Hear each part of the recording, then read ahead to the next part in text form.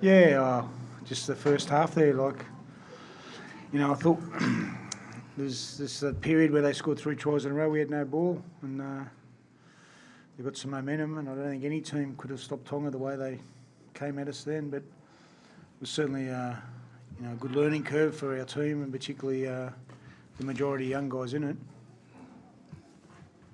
Are you happy with the way they sort of responded in that back half of the game? Oh, second half was ecstatic. I think they showed true commitment and to the jumper and to the cause. To Tonga's credit, they played very well in the first half. I think they completed 18 from 16. They had like 67, 68% of the ball.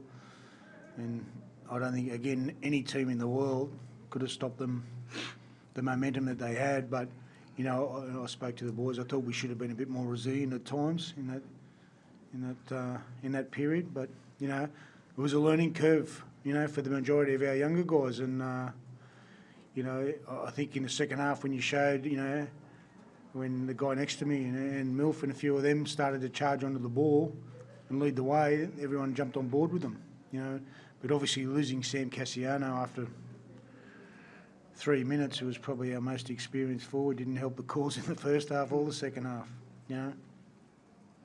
What's the latest on Sam?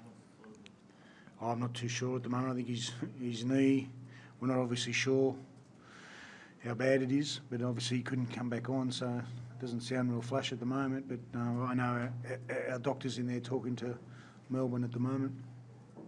Manny, obviously after last year's World Cup, was that second half show a lot of improvements from, I guess, where you guys were 6 months ago, 8 months ago in the World Cup?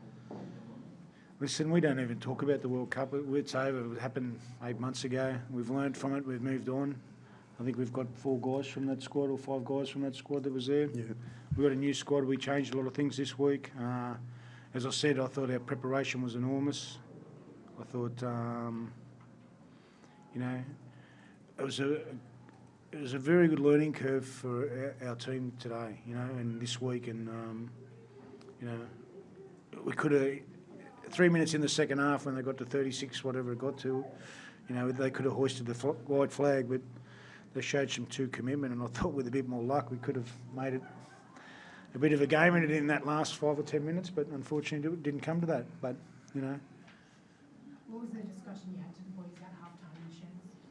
I think I didn't have to say much because they knew what they had to do. Again, let's give Tonga some credit. They completed 16 from 18.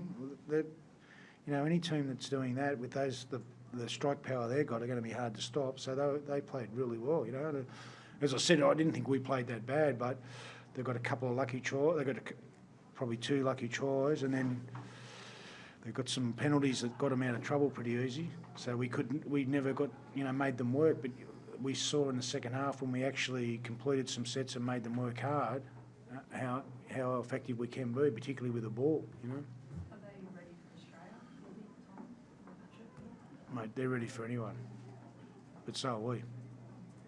Matty, was that the plan, given the strength of the Tonga team of forwards and the new Samoa team, was that the plan to try to compete with the Tonga forwards in the first half and just try to hold them as hard as you can, and how he panned out in the second half, and then to utilise around the edges and try to create one-on-ones? Was that part of the plan, or that's just how you panned?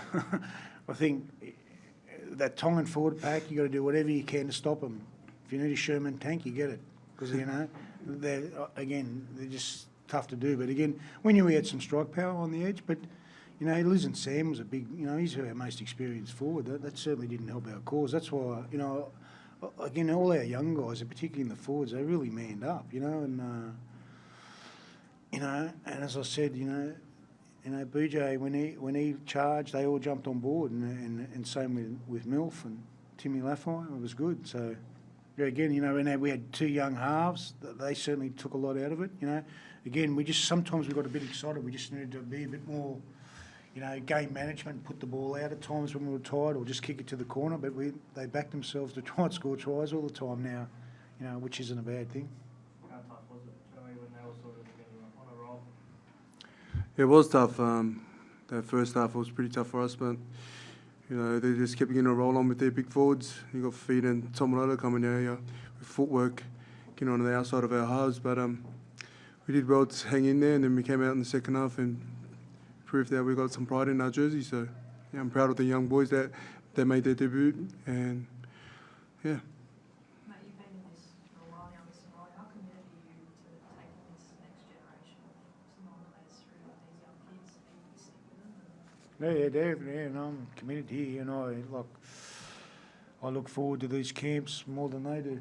You know, it's no, they're terrific. They're different. Sure. And but you know, no, I'm very proud of. You know, I'm very proud of where we came from 2013 to where we are now, where the games came from. You know, you look at the contest that was here today between, you know, Samoa and Tonga. You look at the game that was in Hamilton last year in the World Cup. You look at the game that we played at Penrith and Parramatta in the 2 years previous to that. They're just been tight, tough, entertaining tussles. They could have gone either way every game. Matt, you mentioned Tonga is quite ready for the Kangaroos. Are you sort of sick of playing each other on an annual basis? You want to have a crack at New Zealand, say New Zealand and Kangaroos? No, we love playing Tonga. No, it is. It's like to us, I think it's like our origin. You know, you look at, you know, tomorrow we'll have a great crowd, but, you know, and it's going to be a great contest tomorrow night, but like today was. But they're different types of games played by different people and different cultures. But again, they're a great crowd. You look at the way that they engage. You know, it's a special night when these two teams clash, just like when New South Wales and Queensland clashed. I think, you know, personally, I'd like to see, you know, the Pacific nations calendared into the international calendar just like Australia, New Zealand and England, because at the moment, I mean, I'm sure Christian will feel the same way, that we feel that those teams dominate international football, when if they want to grow the game, they need to include the Pacific Islands. And I don't just mean Tonga, and I don't just mean Samoa.